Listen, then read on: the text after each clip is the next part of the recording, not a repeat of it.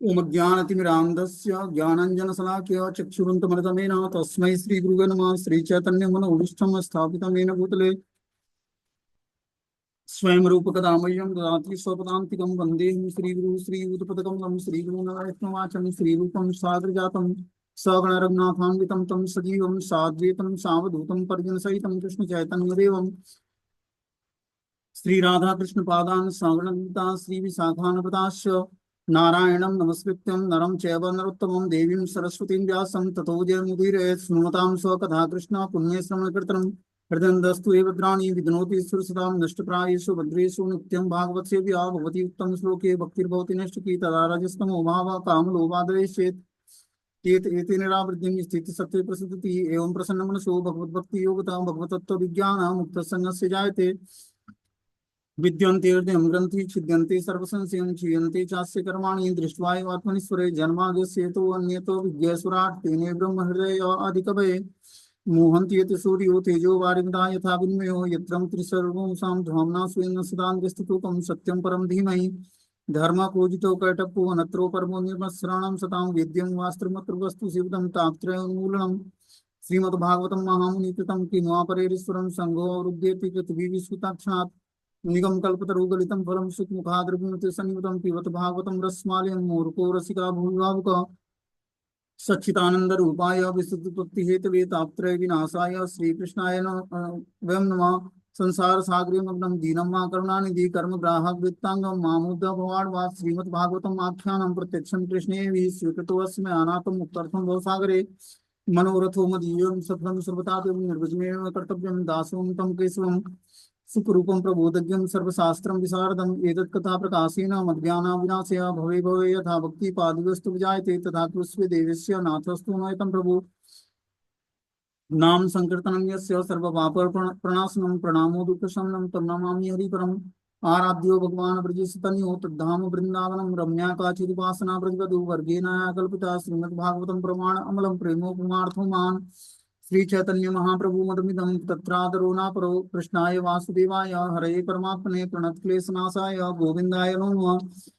हे कृष्ण करुणा सिंधु दीनबंधु जगतपते गोपेश गोपिका कांत राधा कांत नमस्तुते तप्त कांचन गौरांगे श्री राधे वृंदावनेश्वरी वृषभानुसुते देवी प्रणमामि हरिप्रिये वाञ्छाकल्पतरुभ्यश्च कृपा सिन्धुभ्येव च पतितानां पावनेभ्यो वैष्णवेभ्यो नमो नमः। जय श्री कृष्ण चैतन्य प्रभु नित्यानंद श्री अद्वैत गदाधर श्रीवासादि श्री गौर भक्तवृंद हरे कृष्णा कृष्ण कृष्णा हरे हरे हरे राम राम राम हरे हरे। तो इसमें आज हम लोग को श्रीमद् भागवतम का स्कंद संख्या 4 अध्याय संख्या 3 और श्लोक संख्या 22 नंबर पढ़ना है। टाइटल है श्री शिव का सती का संवाद, श्री शिव और सती का संवाद। बोलते हैं प्रद्युगम प्रश्रय पाणी विवादनम विदित्यते साधु मिथम सुमध्य में प्राज्ञे परस्मे पुरुषाय चेतसा गुहा सयो एव न देहमानिने। हे तरुणी भार्य निसंदेह मित्र तथा स्वजन खड़े होकर एक दूसरे का स्वागत और नमस्कार करके परस्पर अभिवादन करते हैं, किंतु जो दिव्य पद पर ऊपर उठ चुके हैं वे प्रबुद्ध होने के कारण ऐसा सम्मान प्रत्येक शरीर में वास करने वाले परमात्मा का ही करते हैं, देहाभिमानी पुरुष का नहीं। तो कितना इंपॉर्टेंट बात भगवान शिव बता रहे हैं अपनी माता अपनी पत्नी पार्वती को। बोलते कि हे तरुणी भार्य निसंदेह मित्र और स्वजन खड़े होकर एक दूसरे का स्वागत और नमस्कार करके परस्पर अभिवादन करते हैं। जब परिवार के सदस्य या मित्र जो आते हैं कोई, तो क्या करते हैं, सभी लोग मिलकर उनका स्वागत करते हैं, पूरे परिवार के सदस्य, ठीक है ना, नमस्कार करते हैं, अभिवादन करते हैं। किंतु जो दिव्य पद पर ऊपर उठ चुका है वह प्रबुद्ध होने के कारण ऐसा सम्मान प्रत्येक शरीर में वास करने वाले परमात्मा का ही करता है। लेकिन जो प्रबुद्ध है, ज्ञान में स्थिर है, कैसे ज्ञान में, आध्यात्मिक ज्ञान में, वो क्या करता है, हर जीवात्मा को हृदय से क्या करता है, प्रणाम करता है। शरीर को नहीं, परमात्मा को, जो उसके अंदर परमात्मा निवास करते हैं उसको प्रणाम करता है व्यक्ति, देहाभिमानी पुरुष का नहीं। इसलिए हम लोग देखते हैं वैष्णव समाज में क्या होता है, अगर जो किसी व्यक्ति के शरीर से अपना पैर टच हो जाता है तो हम लोग क्या करते हैं, उसको प्रणाम करते हैं, मतलब हाथ से टच करके उसको दाहिने हाथ से और अपने माथे पे लगाते हैं, क्योंकि हर जीवात्मा के अंदर भगवान का वास है। तो शरीर को हम लोग प्रणाम नहीं करते, हम लोग आत्मा को प्रणाम करते हैं। आत्मा मतलब जो भगवान जो परमात्मा रूप में हर शरीर में निवास करते हैं उसको व्यक्ति प्रणाम करता है। क्यों करता है, क्योंकि वो ज्ञान में प्रबुद्ध है। कैसे ज्ञान में, आध्यात्मिक ज्ञान में। तो जब व्यक्ति आध्यात्मिक ज्ञान में प्रबुद्ध होता है तो प्रत्येक शरीर में वास करने वाले परमात्मा को वो क्या करता है, सम्मान देता है। देहाभिमान पुरुष का नहीं है। जो व्यक्ति देहाभिमान में है, देह को लेकर अभिमान करता है, ठीक है ना, सुंदर शरीर या विद्या या उच्च कुल में जन्म, इस सब का जिसको अभिमान है, वैसे व्यक्ति को प्रणाम नहीं करना। बस उसके हृदय में बैठे परमात्मा को हमें हृदय से क्या करना है, प्रणाम करना है। बोलते हैं यहाँ यह तर्क भी दिया गया है कि शिव जी के ससुर होने के कारण दक्ष का सम्मान करना शिव जी का धर्म था। बता रहे हैं यहाँ पर कि शिव जी का धर्म था कि ससुर को, दक्ष को प्रॉपर वो रिस्पेक्ट प्रदान करें, सम्मान प्रदान करें। इसके उत्तर में यही कहना है कि जब कोई विद्वान पुरुष सत्कार हेतु खड़ा होता है या नमस्कार करता है, तो वह हर एक के हृदय में आसीन परमात्मा को नमस्कार करता है। यह देखा जाता है कि वैष्णव में यदि शिष्य तक अपने गुरु को नमस्कार करता है, तो बदले में गुरु तुरंत नमस्कार करते हैं, क्योंकि यह नमस्कार शरीर को नहीं वरना परमात्मा को किया जाता है। हम लोग अपने वैष्णव समाज में भी देखते हैं कि और जब हम गुरु को रिस्पेक्ट प्रदान करते हैं, प्रणाम करते हैं, तो गुरु जी भी हरे कृष्णा बोलते हैं, ठीक है ना। अब वो हो सकता है कि विशुद्ध भाव में हो या फिर ध्यान न दिए हो, तो एक अलग बात है। नहीं तो जहां तक अपने ध्यान में होते हैं, मतलब वो जो आपका आप पर ध्यान जा रहा है, तो वो भी हरे कृष्ण आपको बोलेंगे और रिस्पेक्ट प्रदान करेंगे इसको, हृदय में बैठे परमात्मा को। ये है वैष्णव कल्चर। हम शरीर को रिस्पेक्ट प्रदान नहीं करते, क्या करते हैं हम लोग, आत्मा को रिस्पेक्ट प्रदान करते हैं और परमात्मा को, जो कि हृदय में बैठे परमात्मा है, और आत्मा जो है भगवान का अंश है।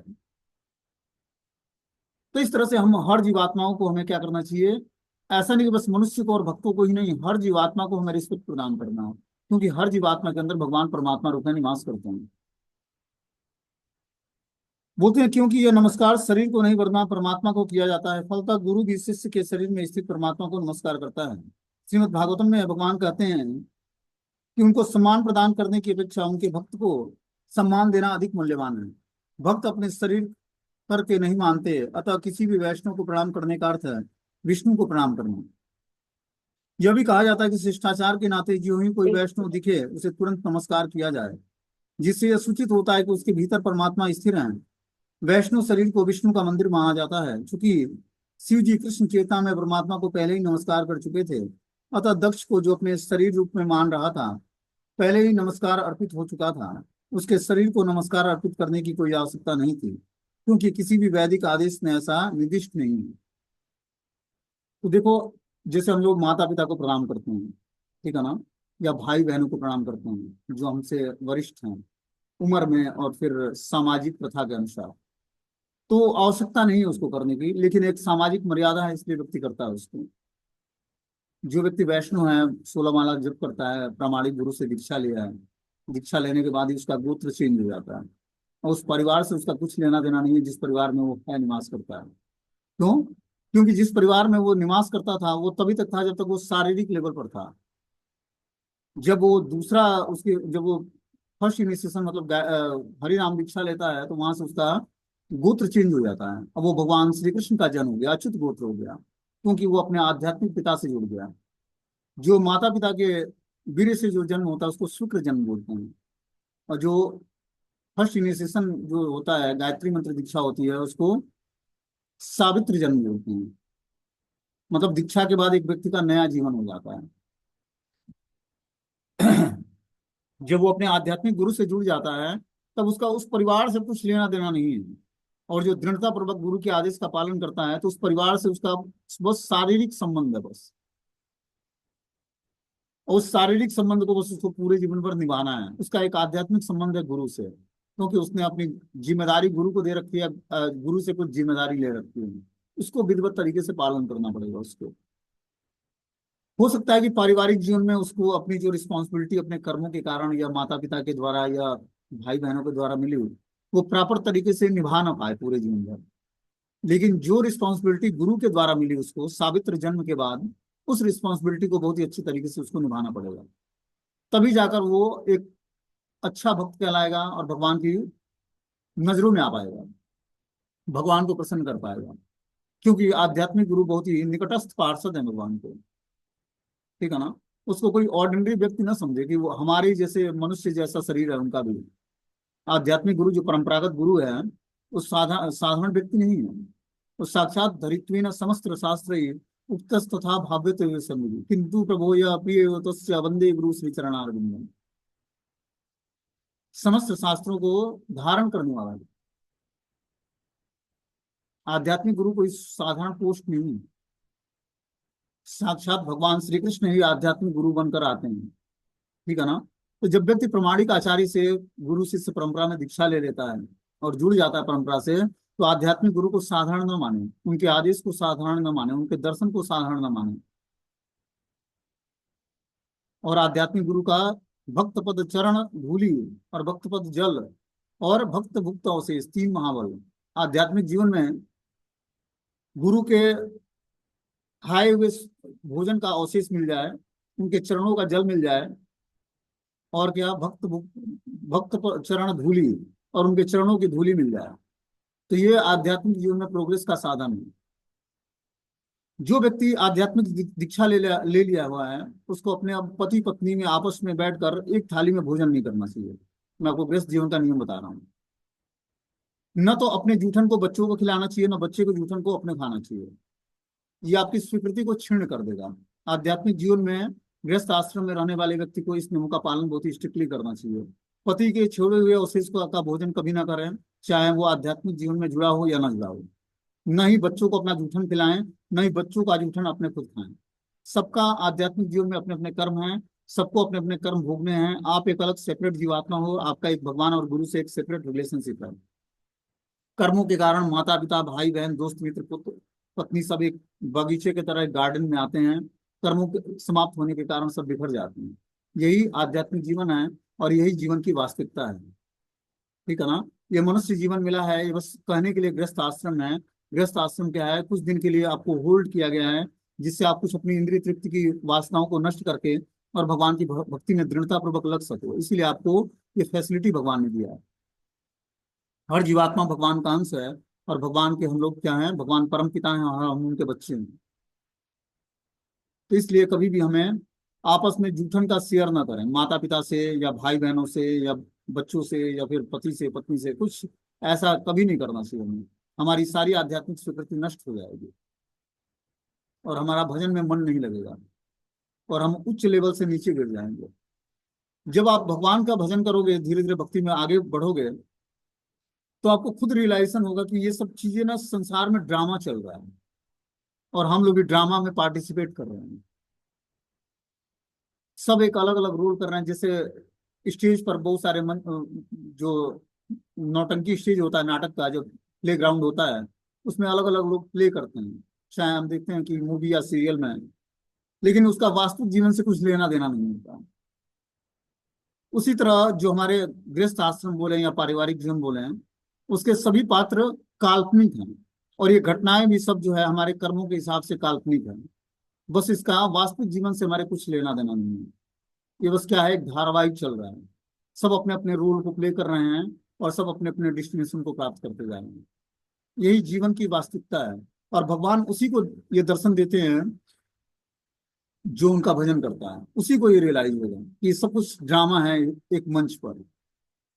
जैसे इसका जिस रोल खत्म होता गया, वैसे वैसे वो मंच से उतर के अपने ड्रेस उतार दिया, शरीर छोड़ दिया। समझ रहे बात को? ये जीवन की वास्तविकता है। यही यहाँ पर बताया जा रहा है कि जो है व्यक्ति जो है उसके अंदर बैठे हुए परमात्मा को नमस्कार करता है, उसको रिस्पेक्ट प्रदान करता है। तो पारिवारिक जीवन में हमारी रिस्पॉन्सिबिलिटी है माता पिता भाई बहन दोस्त मित्र पति पत्नी की सेवा करना। ये बखूबी निभाना है, क्योंकि आपके कर्म जुड़े हैं उससे। उसके कर्म जुड़ने से आपको उसके साथ रहना पड़ रहा है, चाहे वो भक्त है या मतलब भक्त नहीं है। आपको क्या करना पड़ेगा? भगवान की भक्ति में अपने को लगाना पड़ेगा और सारी लोगों की सेवा करनी पड़ेगी दृढ़ता पूर्वक। तब जाकर आप धीरे धीरे कर्मों को न्यूट्रलाइज कर पाओगे और भगवान के धाम। देखो, हर व्यक्ति को अपने यात्रा खुद तय करनी है आध्यात्मिक जगत की। न तो कोई गुरु आपका साथ देगा कुछ दिनों बाद, न कोई भक्त आपका साथ देगा आपके साथ। ये जीवन की वास्तविकता है, अपना प्रैक्टिकल मैं रियलाइजेशन बता रहा हूँ। जिस भी आध्यात्मिक गुरु से हम जुड़ते हैं, शिक्षा या दीक्षा गुरु जो भी हम बोल रहे हैं, वो कुछ दिनों तक आपके साथ हैं, परमानेंट नहीं है। इसको परमानेंट मत मान लेना। तो ये क्लास परमानेंट है, न शिक्षा देने वाले परमानेंट हैं, न दीक्षा देने वाले परमानेंट हैं। परमानेंट कौन है? हमारे चैत्य गुरु हैं, हृदय में बैठे परमात्मा। वही आपके भूत भविष्य वर्तमान सब कुछ जानते हैं, वही आपका वास्तविक डेस्टिनेशन तय कराएंगे। ये आपको फैसिलिटी भगवान के द्वारा गुरु के रूप में दीक्षा गुरु या शिक्षा गुरु मिले, जिससे हम ये हमारे जीवन में एक ट्रांसपेरेंट माध्यम है जो हमारा भगवान से एक रिलेशनशिप स्थापित करा दें, फिर वो अपने रास्ते और आप अपने रास्ते। यही जीवन की वास्तविकता है, और यही आध्यात्मिक जीवन है। हमें क्या करना है? हृदय में बैठे परमात्मा को जागृत करना है। जागृत तो वो हमेशा है, उनकी बातों को सुनने की योग्यता अपने अंदर धारण धारण करनी है। क्वालिफिकेशन आना चाहिए, जो हृदय में बैठे परमात्मा आपको इंडिकेट करें, उस साउंड वाइब्रेशंस को सुनकर उस हिसाब से जीवन की एक्टिविटी करना शुरू कर दें। फिर आपका जीवन सक्सेस हो जाएगा, और भगवान के धाम जाने की योग्यता स्वयं परमात्मा आपको देंगे। क्योंकि वही आपके त्रिकालदर्शी हैं, भगवान परमात्मा रूप में बैठे हुए हैं। वही आपके भूत भविष्य वर्तमान को जानते हैं कि आपका भविष्य क्या है, भूत क्या रहा है, और वर्तमान में क्या कर रहे हो। ठीक है ना? सब इस भौतिक संसार में, चाहे आप आध्यात्मिक गुरु ले लो, एक आध्यात्मिक गुरु ही एक ऐसे हैं जो हमारा भगवान से एक रिलेशनशिप कायम करा सकते हैं। वो भी कुछ दिनों के लिए होते हैं हमारे साथ। वो भी हम लोग को पता है कि जो है, साल में एक आध बार कभी मिल गए तो मिल गए, नहीं तो वो भी मिलना नहीं होता है किसी का। तो हम लोग को जो फैसिलिटी मिली है क्लास के माध्यम से या शास्त्रों के माध्यम से, उसका उपयोग करके हृदय में बैठे परमात्मा को जागृत अवस्था में उनकी बातों को सुनने की अपने अंदर योग्यता लेते हैं। ये योग्यता तभी आएगी जब हम शुद्ध सत्य के प्लेटफॉर्म पर अपनी चेतना को स्थिर कर पाएंगे। उसका मेथड क्या है कि हम ब्रह्म मुहूर्त में सूर्य उदय होने के 1 घंटा 36 मिनट पहले जो है भगवत भजन में जुड़ जाएं, मंगला आरती करना है, नाम जप करना है। तब जाकर आपकी चेतना धीरे धीरे शुद्ध सात्विक प्लेटफॉर्म पर स्थिर हो पाएगी, तीनों गुणों से ऊपर उठ पाएगी, और आप परमात्मा की आवाज को सुनने के योग्य हो पाओगे। और ये योग्यता आएगी कि आप भगवान की भक्ति में सफलता प्राप्त कर पाओगे। यही मेथड इसमें बताया जा रहा है। शास्त्र में बता रहे हैं कि भक्त अपने शरीर करके नहीं मानता, अतः किसी भी वैष्णव को प्रणाम करने का अर्थ है विष्णु को प्रणाम करना। हम किसी भी वैष्णव को, गुरु को प्रणाम करते हैं तो हम साक्षात भगवान को प्रणाम करते हैं, हृदय में बैठे परमात्मा को प्रणाम करते हैं, न कि उस शरीरधारी जीवात्मा को। वैष्णव शरीर को विष्णु का मंदिर मानते हैं, क्योंकि शिव जी कृष्ण चेतना में परमात्मा को पहले ही नमस्कार कर चुके हैं। अतः दक्ष जो अपने शरीर रूप मान रहा था, पहले ही नमस्कार अर्पित हो चुका था उसको। उसके शरीर को नमस्कार अर्पित करने की आवश्यकता नहीं थी। किंतु किसी भी वैदिक आदेश में ऐसा निर्दिष्ट नहीं है।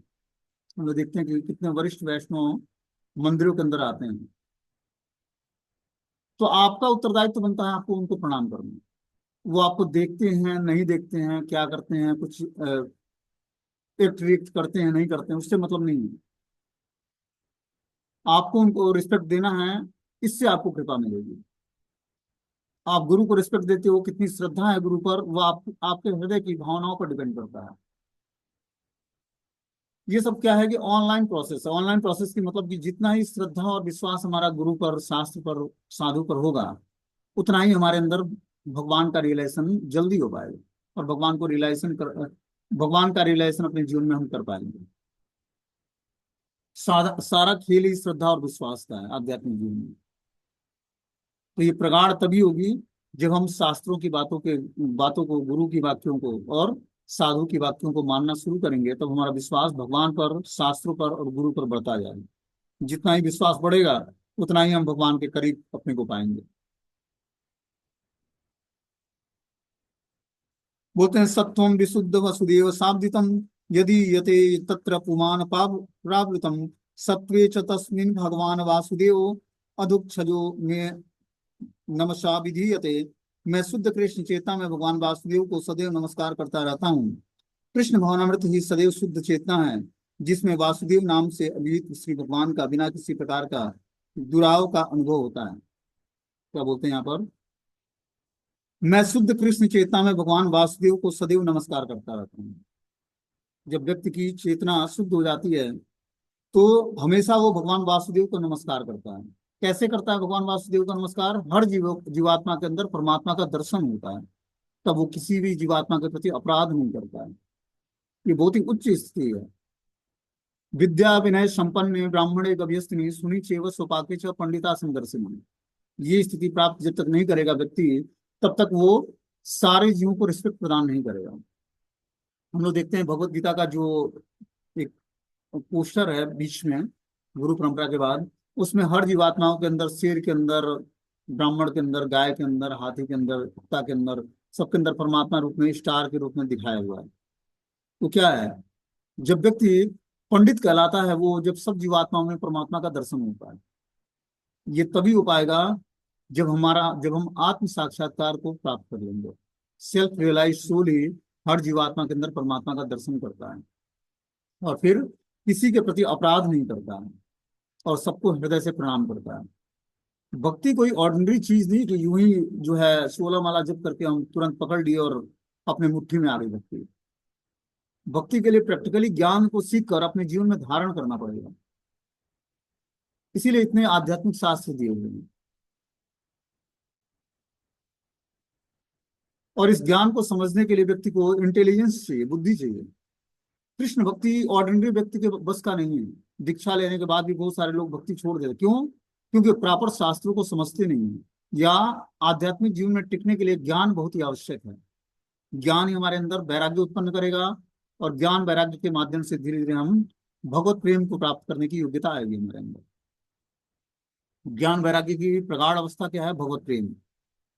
तो भगवत प्रेम प्राप्त करने के लिए पहले आपको ज्ञान में स्थिर होना पड़ेगा। कैसे ज्ञान में? आध्यात्मिक ज्ञान में। आध्यात्मिक ज्ञान और वैराग्य उत्पन्न करेगा आध्यात्मिक ज्ञान। फिर ज्ञान और वैराग्य ही का शुद्ध फल भगवत प्रेम है। उसका पूर्ण शुद्ध रूप क्या है? भगवत प्रेम प्राप्त करना। और ज्ञान वैराग्य फिर लुप्त हो जाता है। तो इस तरह से ये मेथड है भक्ति करने का और इस तरह से भगवत प्रेम प्राप्त करने का ये मेथड है कि पहले हम शास्त्रों की बातों को ध्यान से सुने, अपने जीवन में धारण करें उस ज्ञान को और उस हिसाब से भक्ति करने का प्रयास करें। तब जाकर आप अपने पाप कर्मों से छूट पाओगे। मनुष्य जीवन इसलिए मिला है, भगवान ने इसीलिए इंटेलिजेंस दिया। देखो, जंतु जानवर भी भगवान की भक्ति करते हैं, ऐसा नहीं है। वृंदावन में पशु पक्षी लताएं पताएं सब भगवान की भक्त हैं, लेकिन कॉन्सियसनेस उनकी दृढ़ नहीं होती है। वो एक भोग योनि मिली है जिसके बाद वो भगवान के धाम डिलीवर हो जाएंगे।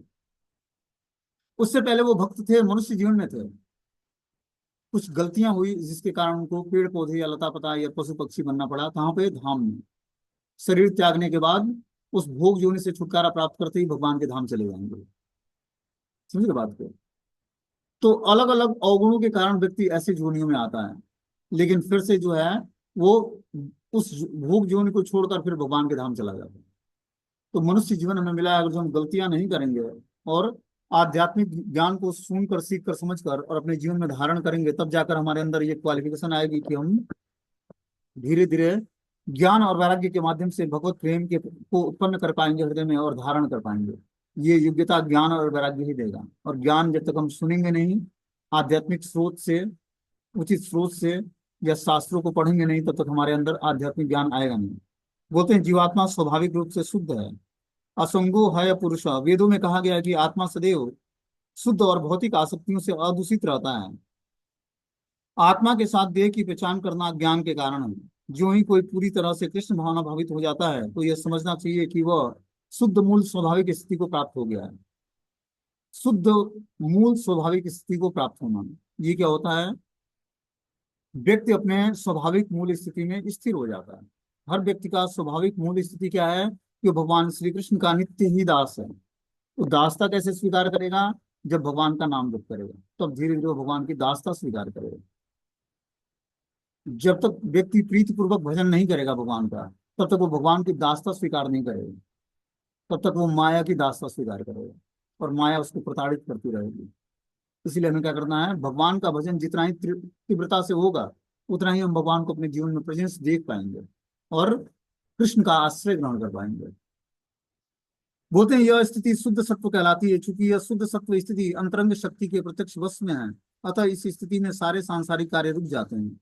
जब व्यक्ति शुद्ध सत्व की स्थिति में आ जाता है, मतलब अंतरंग शक्ति के प्रभाव में आ जाना, बहिरंग शक्ति के प्रभाव से छूटकर अंतरंग शक्ति की शरण ग्रहण कर लेता है, मतलब श्रीमती राधा रानी की शरण में आ जाता है। इस स्थिति में सारे सांसारिक कार्य रुक जाते हैं। हमने बताया जीवात्मा भगवान की तटस्थ शक्ति है, ठीक है ना? और अंतरंग शक्ति है श्रीमती राधा रानी और बहिरंग शक्ति कौन है? श्रीमती दुर्गा देवी।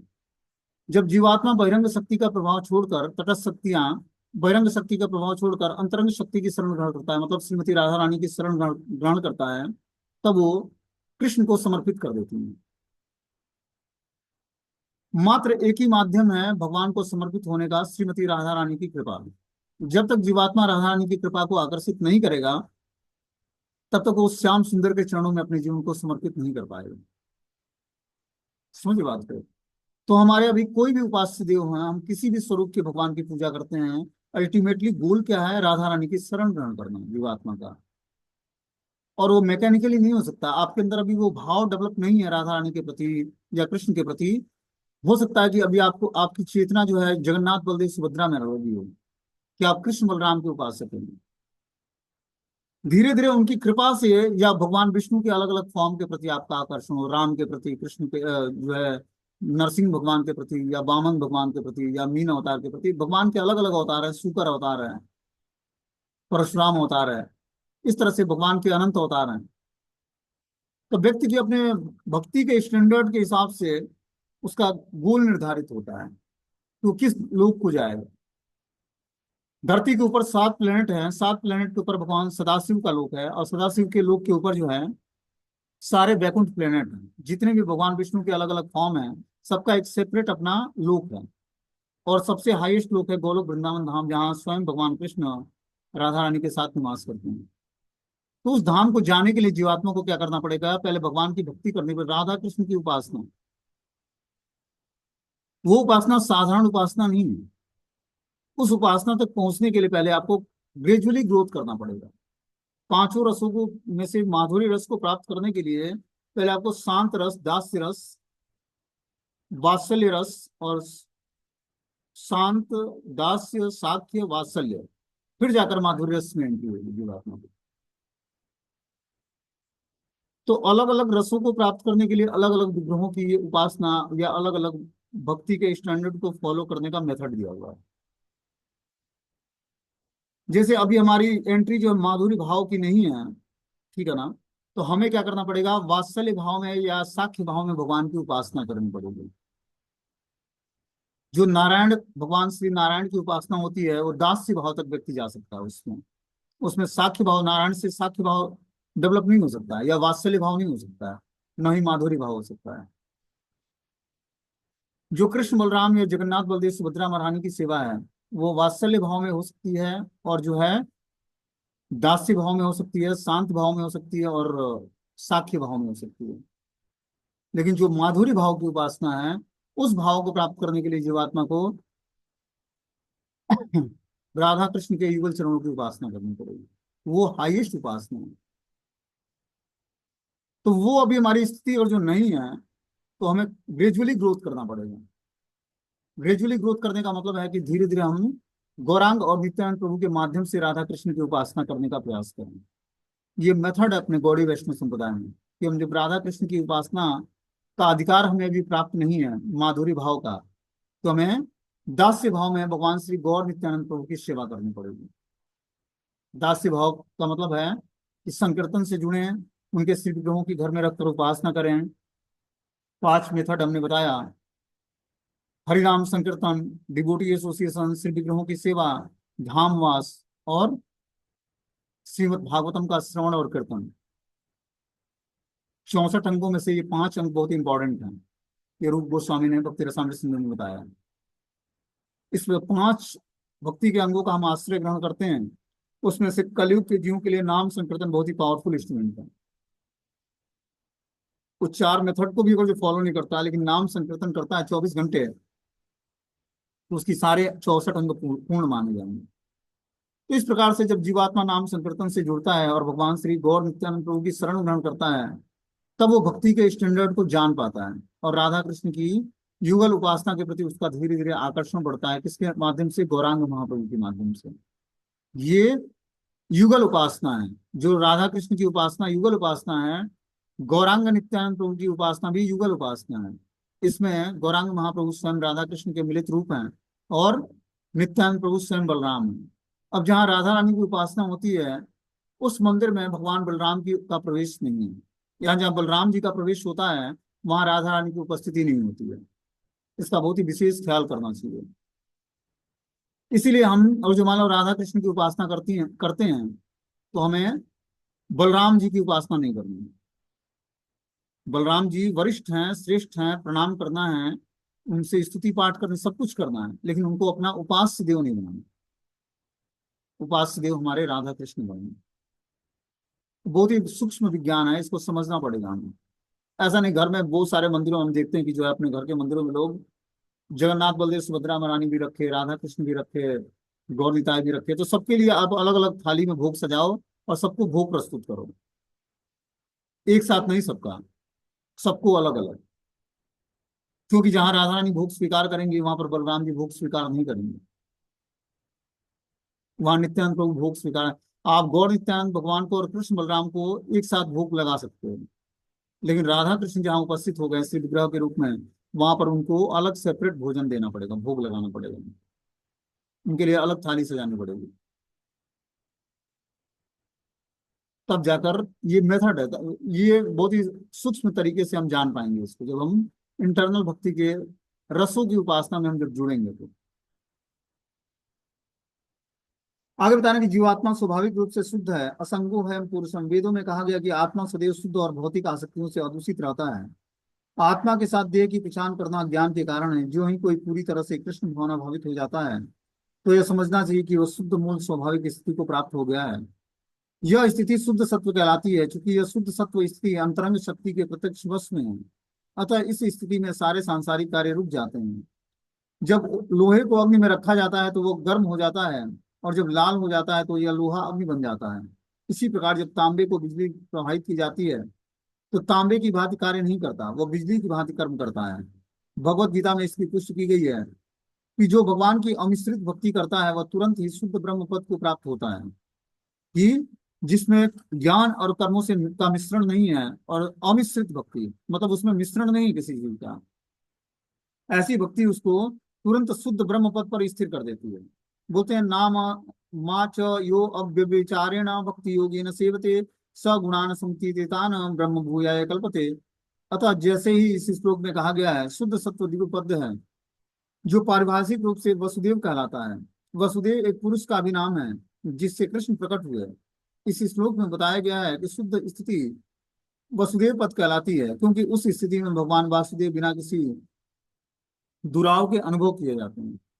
तो हमें शुद्ध सत्व के प्लेटफॉर्म से ऊपर उठकर वसुदेव पद को प्राप्त करना है। उस स्थिति पर भगवान को हम अपने जीवन में प्रेजेंस देख पाएंगे और भगवान को समझ पाएंगे। बोलते हैं शुद्ध भक्ति में मनुष्य अकारण या बिना किसी रुकावट के अपना कर्तव्य मानकर भगवान की मात्र सेवा करता रहता है। अकारण ही मतलब आहेतु की अप्रतिहता भक्ति जब प्राप्त होती है तो उसमें जीवात्मा का अकारण मतलब अपना कोई कारण नहीं, अपना कोई हेतु नहीं है। क्या हुआ? स्वयं स्फुरित प्रेम के कारण भगवान की सेवा। जैसे माता अपने बच्चे की सेवा करती है, किस कारण से करती है? उससे प्रेम है, उसका स्वार्थ बस नहीं करती है, प्रेम बस करती है। लेकिन वही माता जो जॉब करती है किसी ऑफिस या कार्यालय में, तो स्वार्थ बस सेवा करती है वहां पर जाकर। ऑफिस कार्यालय में किसी बॉस की सेवा करती है वो ऑफिस कार्यालय में जाकर, तो स्वार्थ की बस कि मैं जॉब कर रही हूँ या कर रहा हूँ तो मुझसे उससे वहां से मुझे कुछ लक्ष्मी प्राप्त होगी, धन प्राप्त होगा। तो सेवा के कई प्रकार हैं। एक व्यक्ति स्वार्थ के वशीभूत होकर सेवा करता है, एक निस्वार्थ भाव से सेवा करता है, प्रेमवश। तो निष्काम सेवा ही प्रेम का स्वरूप है। जब व्यक्ति निष्काम मतलब अपनी कोई कामना ना हो और भगवान की स्वयं स्फुरित प्रेम के कारण जो सेवा होती है, वो क्या करता है? भगवान के हमें करीब लाता है। लेकिन जिसमें अभी मिश्रण है ज्ञान और कर्मों का, कुछ चाहिए भगवान से अभी, तो वो अभी प्रेम उत्पन्न नहीं करेगा भगवान के प्रति। प्रेम उत्पन्न करने के लिए हमें क्या करना पड़ेगा? आहेतु की अप्रतिहता भक्ति करनी पड़ेगी, जिसमें अपना कोई हेतु ना हो, अपना कोई कारण ना हो। आहेतु की अप्रतिहता ये आत्मा से प्रसिद्ध होती है, जो आत्मा को भाने वाली भक्ति है, जिससे आत्मा की प्रसन्नता होती है, ऐसी भक्ति स्वीकार करनी पड़ेगी। बोलते हैं इस अवस्था में भक्त के हृदय में परम पुरुष कृष्ण का उदय हो जाता है। जब वो आहेतु की अप्रतिहता भक्ति करता है तब उसके हृदय में भगवान परम पुरुष कृष्ण के रूप में उदय हो जाते हैं। बोलते हैं भगवत गीता में भी कहा गया है कि वासुदेव सर्वइति, वास्तविक अनुभूति तो भगवान वासुदेव को समझना और उनकी शरण में जाना है। वसुदेव वह भाव भूमि है जिस पर श्री भगवान वासुदेव का बोध होता है। जब मनुष्य भौतिक प्रकृति के कल्मश से रहित होता है तो शुद्ध कृष्ण चेतना अथवा वसुदेव अर्थात वासुदेव पद पर स्थिर होता है, जो भगवान वासुदेव का बोध होता है। जब वो शुद्ध सत्व के प्लेटफॉर्म पर स्थिर होता है तब उसको भगवान वासुदेव की स्थिति का पता लगता है कि भगवान क्या है? सच्चिदानंद विग्रह है।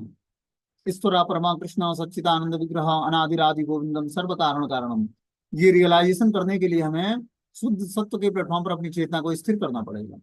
यूं ही ये रियलाइजेशन नहीं होगा। ईश्वर परमा कृष्ण सच्चिदानंद विग्रह। ये पद कैवल्य पद कहलाता है, जिसका अर्थ है शुद्ध चेतना, ज्ञान सात्विक कैवल्यम। जब मनुष्य शुद्ध दिव्य ज्ञान को प्राप्त होता है तो वो कैवल्य पद पर स्थिर हो जाता है। अतः वसुदेव का अर्थ है कैवल्य भी होता है, जिसका व्यवहार सामान्य रूप से निर्विशेषवादी करते हैं। निर्गुण कैवल्य साक्षात्कार की अंतिम अवस्था नहीं है। और कृष्ण चेतना कैवल्य में जब कोई भगवान को समझ लेता है तो वो असफल हो जाता है। उस शुद्ध अवस्था में श्रवण कीर्तन स्मरण इत्यादि के द्वारा कृष्ण विज्ञान का विकास होने से मनुष्य भगवान को समझ सकता है। ये सारे कार्य परमेश्वर की अंतरंग शक्ति के निर्देशन में होता है। जब जीवात्मा शुद्ध अवस्था को प्राप्त करके श्रवण कीर्तन और स्मरण, देखो शुद्ध अवस्था को प्राप्त करने के बाद भी श्रवण कीर्तन और स्मरण करेगा, तब वो कृष्ण विज्ञान का विकास करके मनुष्य भगवान की अंतरंग शक्ति की शरण ग्रहण कर लेगा। देखो कितना इंपॉर्टेंट बता रहे हैं कि शुद्ध अवस्था को प्राप्त करने के बाद, ऐसा नहीं कि दीक्षा लेने के बाद, दीक्षा लेने के बाद शुद्ध अवस्था को प्राप्त करने के बाद श्रवण कीर्तन और स्मरण की प्रक्रिया को फॉलो करेगा, कृष्ण विज्ञान का विकास करेगा, तब व्यक्ति भगवान को समझ पाएगा और इस कारण वो परमेश्वर के अंतरंग शक्ति के निर्देशन में कार्य कर पाएगा। दीक्षा लेना ही पर्याप्त नहीं है, दीक्षा के बाद शुद्ध सत्य की स्थिति प्राप्त करने के बाद भी श्रवण कीर्तन अपना कंटिन्यू जारी रखना पड़ेगा। तब जाकर आप अंतरंग शक्ति के श्रीमती राधा रानी की शरण में आओगे। हमें लगता है दीक्षा हो गई अब तो स्वतंत्र हो गया, अब क्या लेना देना भक्ति से। तो दीक्षा आपको भगवत डेस्टिनेशन नहीं दिलाएगी। आपका जो एफर्ट है भगवान के प्रति प्रेम जागृत करने का, वो आपको एक डेस्टिनेशन दिलाएगा। आपको गुरु से आदेश मिला कि आप श्रवण कीर्तन करके भक्ति के नियमों का पालन करो, आपको किसी के प्रॉपर गाइडेंस में रखा उन्होंने, और आपने वो गाइडेंस छोड़कर स्वतंत्रता प्राप्त कर ली कि अब तो माला हो ही रही है, चलो क्या दिक्कत है, साधना रिपोर्ट भेज दी तो काम खत्म हो जाएगी। ये भक्ति नहीं है। भक्ति क्या है? प्रॉपर निर्देशन में, गाइडेंस में रहना। तब आपके अनर्थ निवृत्ति होगी धीरे धीरे। जब आप साधुओं के मुख से रोज भगवत कथा सुनोगे और नाम जप करोगे, तब जाकर आपकी आध्यात्मिक चेतना का विकास होगा। स्वतंत्रता पूर्वक नहीं कि अब हमारा घर परिवार है, आराम से हम लोग गृहस्थ आश्रम में रहने वाले लोग हैं। इस तरह से आध्यात्मिक प्रोग्रेस नहीं होता। और जो होता तो ये गुरु शिष्य परंपरा क्यों बनाई जाती है, और शिक्षा गुरु और दीक्षा गुरु का इंपॉर्टेंट रोल हमारे जीवन में क्यों होता है। सब दीक्षा प्राप्त करते और स्वतंत्रता पूर्वक भक्ति करते। यही माया का टिक्स है। वो क्या करती है, हमारे जो चेतना है उसको क्या करती है, धीरे धीरे नीचे गिराने के लिए हमें गुरुजनों से दूर कर देती है, और हम आध्यात्मिक जीवन में डल पड़ जाते हैं। और इस तरह से हम अनेक जन्मों तक सरवाइव करते रहेंगे और आध्यात्मिक जीवन